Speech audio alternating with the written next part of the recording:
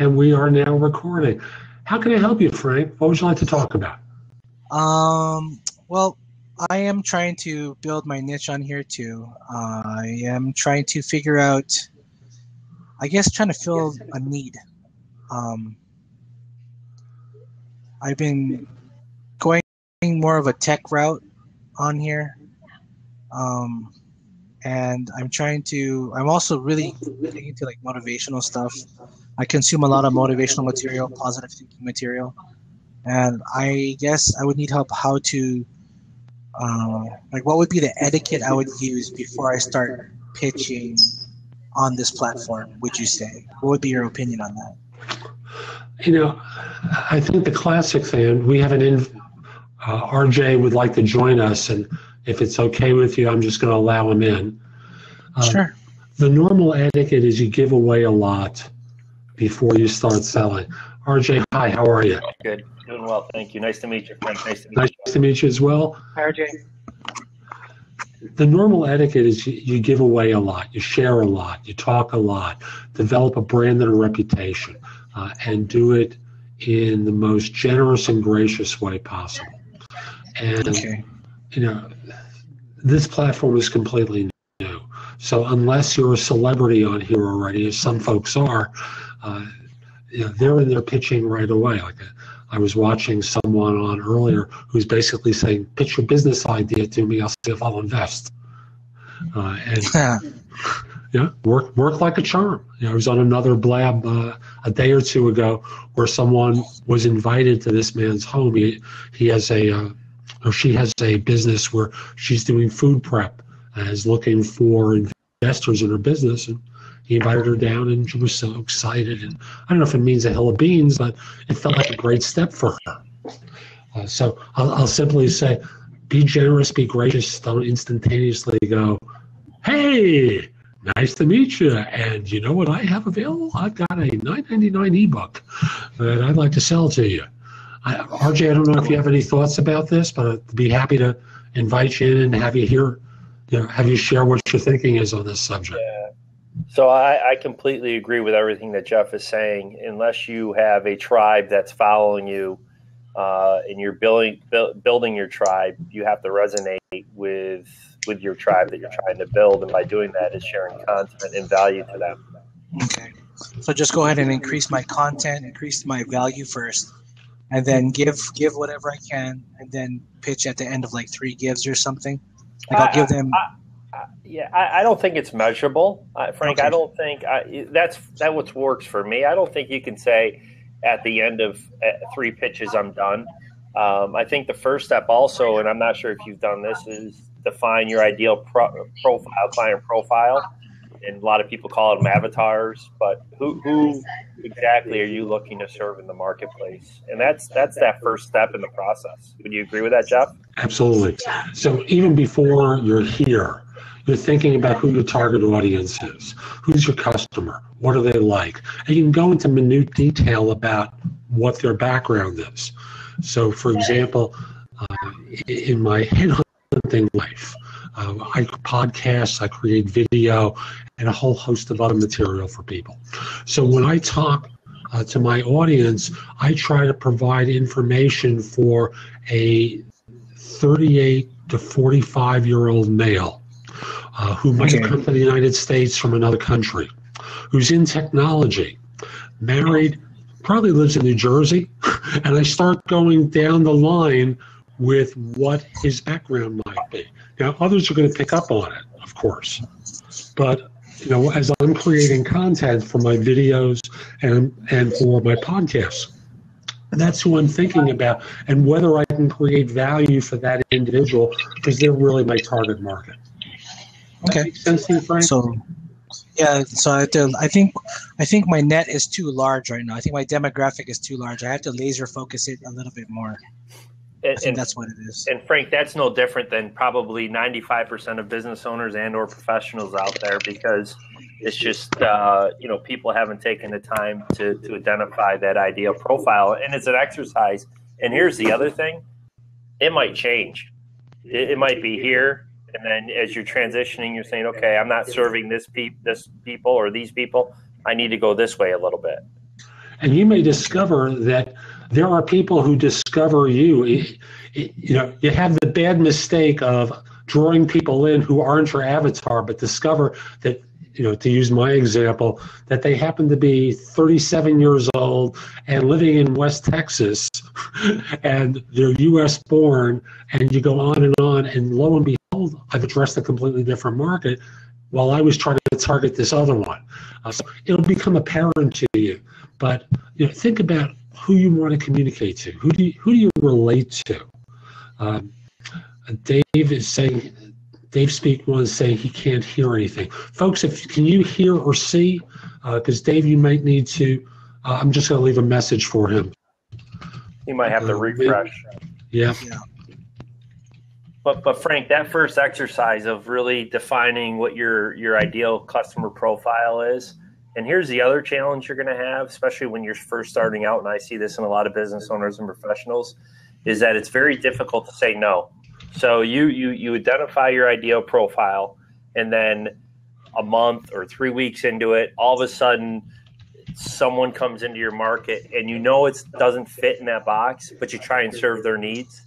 You become very frustrated. They become very frustrated because it doesn't fit right in that box. And just out of human nature, it's difficult to say no. It's difficult to say, like, there's professionals on here. I was on a earlier blab where this lady was discussing that her social media line of business was LinkedIn. And if someone called her or engaged with her that said, I want to learn about Facebook, she would refer them away, which is very disciplined. You have to be extremely disciplined in doing that.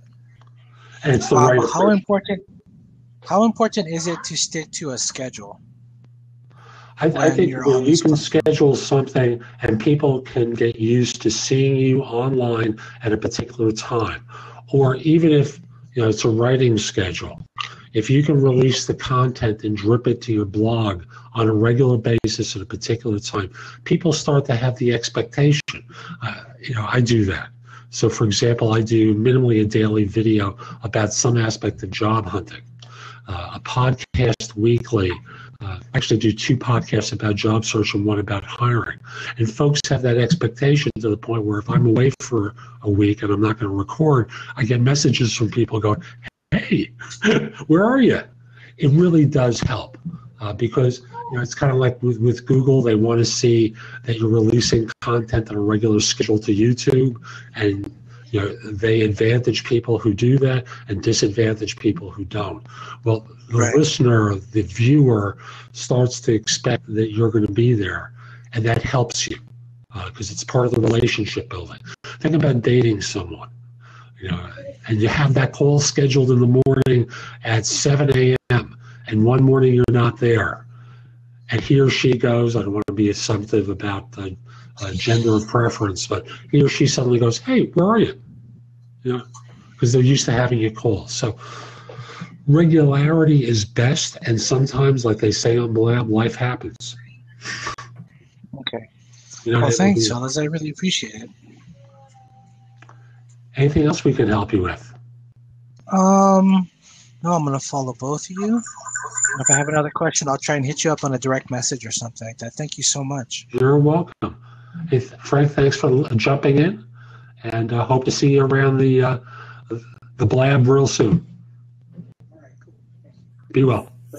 Frank has become a pro. He's already out of the room, but he's become a pro with where you saw on the bottom of his screen where he puts his name. I was going to ask you, someone told me how to do it in one version. Are you a Mac or a Windows guy? I'm a Mac. I have to find out the Windows version of it so I can have my name down there. Yeah. Don't ask me how I did it. I did it. I saved it, and I'm done. So it will be like that for forever and ever. So now you said you serve you're in the headhunting industry in the tech space. How has your business been over the last several years? Obviously in the post 2008 world, it was disastrous. I can't claim to be the one person in the United States who was able to fill tons of jobs at a time where the U.S. economy was laying off 900,000 plus people a month. That wasn't the case. But clearly I've recovered. And part of the way I've been able to recover is by doing tons of content where people can develop a relationship with me.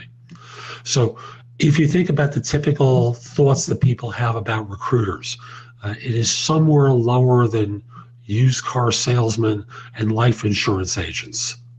So, we're pretty low on the pantheon, and deservedly so. Excuse me, and deservedly so, because most people in my line of work are broken toys who lie, cheat, and steal, and deceive people to do whatever they can in order to do a deal.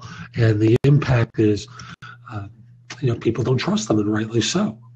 So I'll simply say that for me, I worked real hard, and I'm reaping the benefits of that. Now, I'm a little bit more complicated than the typical recruiter might be. So I'm a guy with a master's in social work. I've practiced as a therapist. I've got 1,300 videos on YouTube, host 3 podcasts, 2 on job search, 1 on hiring. One of the job search ones gets about 6,000 downloads a week, global audience. It's terrific. I've published an e-zine since August 2001. I've done a lot of things so that people can develop a relationship with me where they feel they can trust me because they know me. Mm-hmm. And I give away a ton of stuff. Yeah. So back to the point I made earlier about adding value to your tribe before you ask for the business, and you said that earlier, Jeff. How are you using Blab? How long have you been on Blab? How have you used it? How are you finding it as a tool? Well, I love Blab. I've been on less than a week. Last Thursday, I came on for the first time, and I'd listened to a podcast that Chris Brogan did with James Altucher, where they mentioned Blab, and they mentioned a couple of the features. I said, perfect, exactly what I need. So I first viewed it as a way, because I want to move more of my business into coaching, because I do coach people as well, and I have an active coaching stable to go along with all the other work that I do. And I viewed it, I'm obviously not a guy who's 25 years old. And, as I'm coming up later on my career, I'm viewing more opportunities to be able to transition into doing coaching as being important. So whether it's job search and career coaching, which obviously I'm a natural for, but in the more complex, textured part of myself, I'm a small business owner. I'm a guy who's practiced as a therapist. I've run men's retreats around the country. I've facilitated thousands of psychodrama processes over the years. I'm far more textured than the typical headhunter might be. And my thought is to use all of that stuff. And I already have the domain nobscoachingadvice.com. And that's really where my interests are for the balance of my career, is building that part of my stable. So I saw this.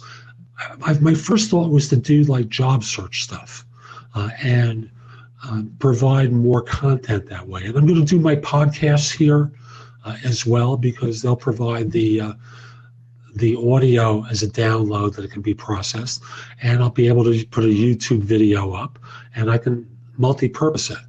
But I see this as a way to build a coaching practice, and I'm not rushing out to do that.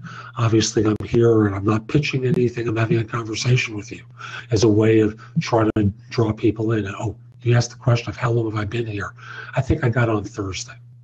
That was my first time. So I'm an old timer by Blab standards.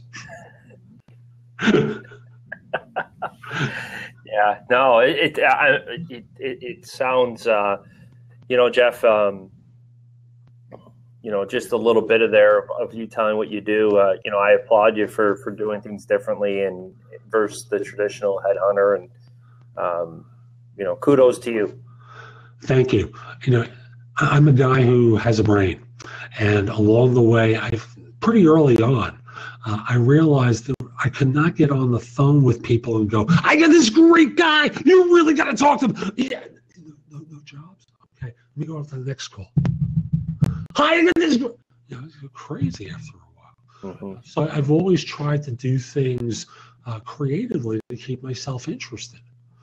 So as I view it, I try to help the world find work and organizations achieve objectives by hunting down leaders and staff and providing great information to people. Mm-hmm. And in doing that, I found, life far more interesting for myself. And I've helped a lot of people. So, I filled over 1,200 jobs plus tons of consulting assignments. People are drawn to me, for advice and help, and I'm very happy to do it. Well, I can see why. I'm drawn to you. A little bit of time I've spent with you here. So, just with your knowledge, what do you see if we look out into the future? What do you see for the job market? As the world continues to change, and it is changing at a much faster pace. At least I believe so, and it ever has. What do you feel for? I'm a mid-40-year-old guy. I've been successful, knock on wood, very lucky. But for guys like myself, what holds out for the next 20 years, 10 years, 5 years? So I'll start with the 5-year window and say we should go into another recession at some point, at latest 2017. That's at latest. It could be next year. The real question to me is, when does the Fed start raising interest rates? If they do it in September, they may unintentionally bring it in 2016. And I say that because budget cycles are such that a calendar year corporation is finishing their budget cycle in October. So we would have volatility just at the time they're making decisions, and that's not good. No corporate controller, no CFO suddenly feels excited about expending lots of money in a fluctuating market. Then next year we have the dilemma of a new American presidency. And this isn't about Republican or Democrat, Trump or Clinton or Sanders. It's about change. And business hates change. Mm-hmm. So my expectations would be that in the fear of change, we would wind up having a recession drawn into us. So that's the overall picture I would see. Now, I'll go an extra point and say, you asked about yourself, and I know nothing about what you do. But what I encourage people to do is to think like an entrepreneur. And in doing so, you're the chairman of the board of the Grimshaw organization. Mm-hmm. And you've got stockholders and investors. Now, they may be your wife, husband, kids, however you define yourself as a family enterprise. You may have a business with employees. Wherever you are in this curve, you're responsible for that entity. And if you're working for a firm, you're making a mistake if you're letting them do your career planning for you. Mm-hmm. You're responsible for that. Because firms have made it abundantly clear, and wisely so, that at the first sign of trouble, they're going to do everything they can to save themselves. They're not there to bankrupt stockholders, and they're not there to make the employees happy. They're there to provide service to customers and live for another day. So they'll let people off at the drop of a hat if they need to. So Shadida, hi, welcome. What I always encourage people to do is think like a business owner, don't think like an employee. If there's something that you can set up on the side for yourself that will provide you with a certain amount of support and protection, do it. Start small, make it part-time on the side, invest the time, because you may make the mistake of actually developing something that's extremely successful. But to rely upon mommy and daddy big company or mommy and daddy small company for your success, your happiness, and your family's viability is the biggest mistake employees make or people make in the United States and throughout the world today. There's a guy I interviewed for one of my podcasts, Saudi Arabia. He's a HR guy, very smart guy. And before we start recording, he's telling me, do you like figs? Because I do import-export business to Indonesia. They love them there and weave them beautifully. So I send all this stuff to Indonesia. Enterprising guy. He's got a full-time job and he's doing import-export on the side. You've got to do your version of that. what's the special gift or talent that you have? What information could you share with people in a profitable way? And no one makes money from ebooks unless you're one of the big guys. So don't think that that's the way you do it. Don't think you're going to make money with AdSense on a blog. You might make it by taking your talents and marketing them locally, nationally, or internationally. Blab, I think, is a wonderful vehicle. I think you asked, and if you didn't, I apologize for going off on this comment about how to use Blab. But I did an article for LinkedIn released this morning where I talked to HR people at corporations, and I said, your job descriptions are awful. They're basically like print ads used to be in the newspapers. Why don't you come on Blab, take 4 screens, one for HR, one for the hiring manager, one for a person in the group, one for the overall executive who runs the function. Interview them. Take the links, put them up on YouTube, connect it to your advertising so people can get some textured information about what the job is all about. That'll never be a bureaucratic job description. So lots of different ways that you can play this, but I'll simply say for you going forward, I don't know if anything I've said resonates about things that you need to do on the side in order to protect yourself, but I think most people need to protect themselves. It reaffirms everything that I'm doing. I'm the CEO of an equipment finance company, but if you read my profile, you'll see that I'm an entrepreneur and also an entrepreneur. So I've started 8 different businesses. I call it my side hustle. I don't put it as eloquent as you do, but you have to have multiple streams of revenue. And if you allow, I've worked for big companies, I've worked for small companies. The current company that I run is a $100 million company that we've grown from $20 million. But I completely agree. Whatever the Fed decides to do, it's going to put us into a recession. I think it will take place in 2016, but who knows if that's early or late. And we all control our own careers. And there's no right or wrong as long as you're disciplined in taking action and taking ownership of your career in more ways than one. And we joke. I love what you say. The shareholders. We call our company. We call our family Grimshaw Inc. And that's everything we refer to our budget spreadsheets. Grimshaw Inc. That really resonated with you. And most people don't. That's the amazing thing about it to me. I did an article again for LinkedIn, and I started off by saying the next recession's coming. I released it about 6 months ago. The next recession's coming. I don't know when, but there's going to be another one coming. And most employees, most business owners are operating as though the good times are going to last forever, even though there's so much evidence that that's never going to happen. So what's the preparation that you can do for what is inevitable? Most people are doing nothing. So when this comes, it's going to be ugly again. Yeah, we're not sure how ugly, and it's interesting. Also, you said about the cycle. The cycle right now. We just started working on our draft for our budgeting for next year, and we are planning for a recession in 2016. We're already planning for it.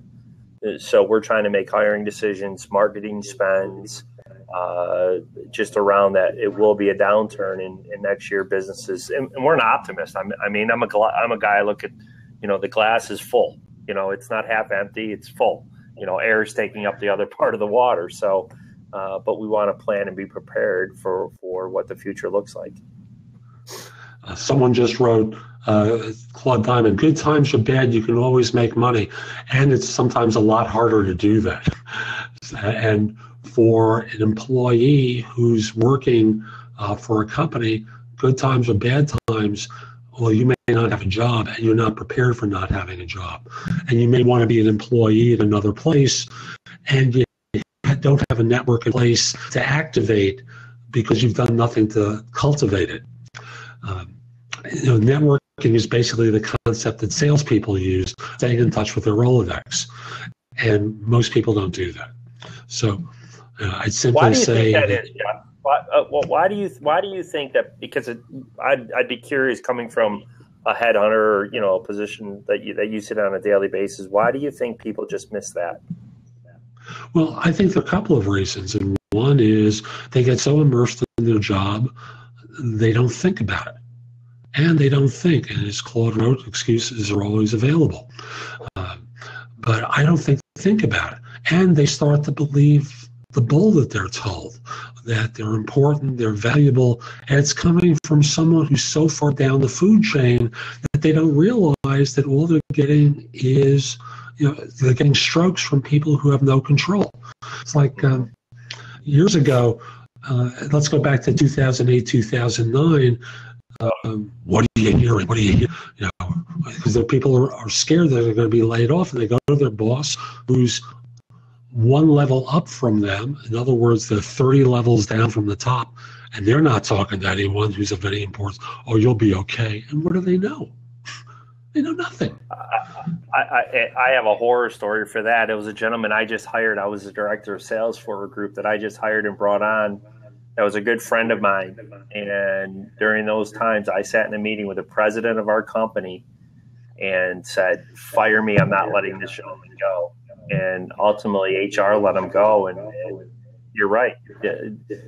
I was one layer from the president, and I had no control of the situation.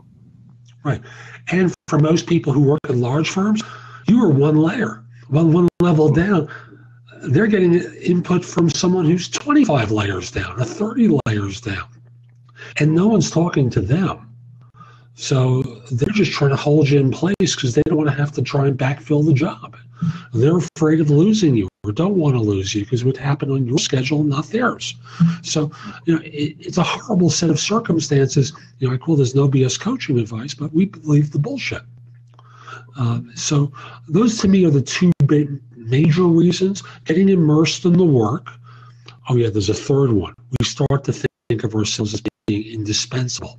As they say in Buddhism, our I becomes so inflated that we start to believe that we're more important than we really are. Mm-hmm. So, the impact of that winds up being that we hurt ourselves. We don't keep our heads up and look around because we're always down in the bunker. So, ultimately the mistakes are our own. And if we can wake up to these, if we can pay attention instead of to our job, but to the land around us, suddenly you discover you don't have to worry about that one little row of wheat when you're in the middle of an entire farm. So think in terms of the overall farm and not just simply your row. Don't think in terms of being someone holding a plow, but think in terms of you run a business and your name is on the shingle and you have to care for it and you have to nurture it and you have to pay attention to it. And by the way, if anyone would like to join us because they've got an opinion or have a question, please feel free to jump in. I'll open up a seat for you. Happy to do that. And meanwhile, we'll just keep talking, okay? So I'll say that folks need help. And they need help to wake up to the mistakes that they make that hurt themselves. No BS coaching advice is designed to help do that because I've got a unique skill set that I think will be helpful to folks, whether it's on the job search side or as I did a session yesterday, two young women, one who's in the Middle East who was having to make a choice where she might disappoint her dad, another one who was in the same degree program but in the U.S., who had an invitation to go off with a boyfriend but give up her dream of a business that she was starting in. There's just lots of different ways that I have the ability to help people with that broad skill set that I have. So my thought is, let's help some folks. How long have you been on Blab? I've been on Blab, I think 35 days or so. Ooh, you're really one of the old timers. Yeah, I haven't used it to the level that I should be using it. but it's a great tool. I've interacted with a lot of people, jumped on blabs. During the day, I struggle with it because I'm just in my my head down time, or I'm working and coaching with people in the organization, so it's difficult. But in the evening from my home office, it allows me time to get on here and just meet and interact with people. And what I love about it is the like-minded ideas and that you're able to share and interact with people, and it's just a great forum. It's a great platform. I agree wholeheartedly. It is. I use Hangouts on Air as well. I started recording videos using that, and again, when I first started using videos as part of my information dissemination, I was just using my phone, creating a video and uploading it to YouTube. This is so much better. Again, a Hangout on Air just doesn't have the same feel that Blab has. And the result is that this is a much more intimate setting than a Hangout seems to feel like. And I like it a lot more. Well, pleasure meeting you. I'll send you a LinkedIn request so we can connect, and I'm sure I'll see you again on here. And thank you very much for sharing your knowledge. I appreciate it. You're welcome. I just started following you as well on Twitter, and yes, let's do connect. And if I can help you in some way, don't hesitate to reach out. Great. Thanks, Jeff. Have a great evening. You're welcome. Be well. Bye. And folks, if someone would like to join me, I'd love to have you come sit.